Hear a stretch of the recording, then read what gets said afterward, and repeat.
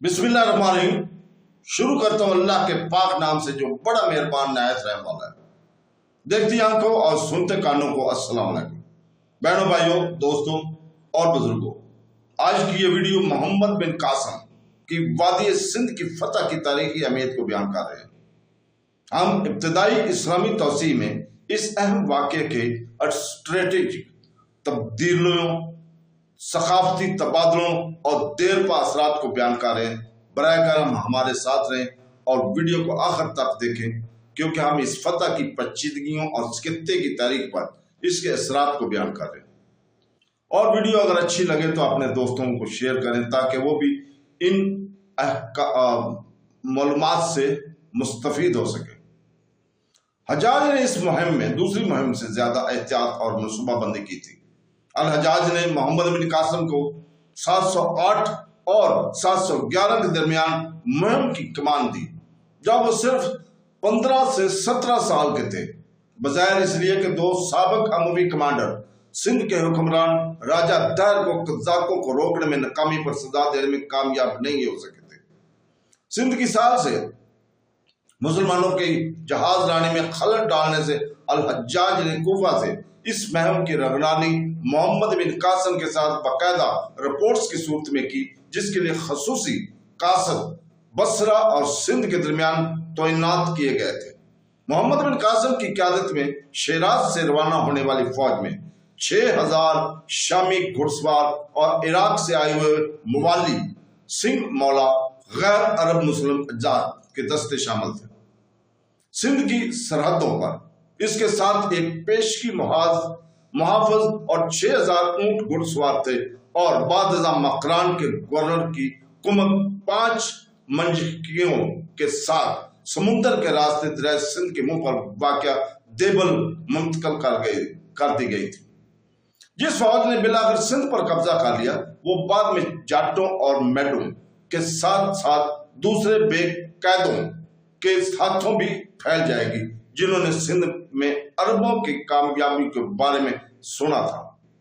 जब मोहम्मद बिन कासिम अपनी फौजों को बढ़ाते हुए मकरान के सारा से गुजरा, तो इसे फनाजबोर और अरमान बेला, जो कि आजकल लसबेला के नाम से मशहूर है, के पुरअमन कस्बों को जीर करना पड़ा। ये दोनों पहले अरबों ने फतह किए थे।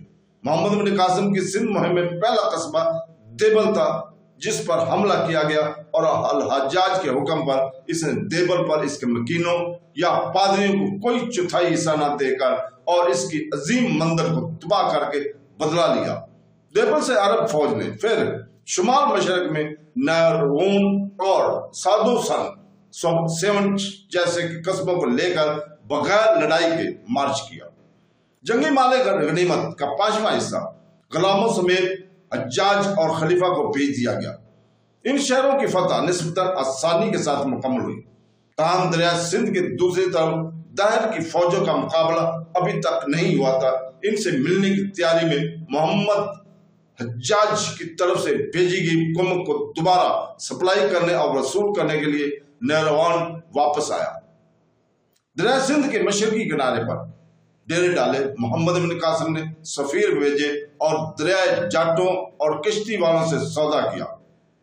बेट के जजीरे के बादशाह मौका बसिया की मदद हासिल करने के बाद मोहम्मद बिन कासिम ने दरिया को अबूर किया, जहां वो भट्टा के ठाकौर और मगरबी जाटों की फौजों के साथ शामिल हुए।